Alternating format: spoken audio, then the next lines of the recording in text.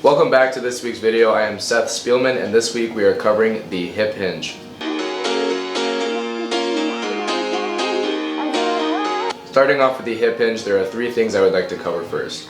The first thing is where a lot of motion is going to happen and where minimal motion is going to happen. There should be minimal motion in the knee, so a slight bend in the knee, and then maximal motion in the hips, or maximal hip bend.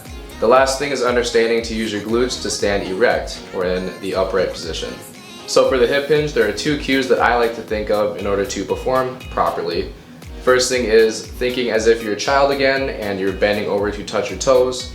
Remember to use maximal bend at the hips and minimal bend in the knees. The other way I like to think of a hip hinge is you are in a public restroom and the toilet is disgusting and you're trying to hover over that toilet. So again, maximal hip bend and minimal knee bend. So in this first video here, we have Adam performing a hip hinge. This is the standard hip hinge. Your feet are just going to be about shoulder width apart. You can go narrower if you need to, a little bit further apart as well. So here Adam demonstrates properly on how to do a hip hinge where there is maximal bend at the hips and minimal bend in the knees. You can also stagger your stance or use a B stance in a hip hinge. Whatever leg is forward is where you should feel most of the pull in that hamstring. Another good way to practice a hip hinge is doing a glute bridge or a hip bridge. So you're going to lay prone on the ground with your legs stretched all the way out. In order to find a good foot position, bring your heel back to where your knee would be as if your leg were straight.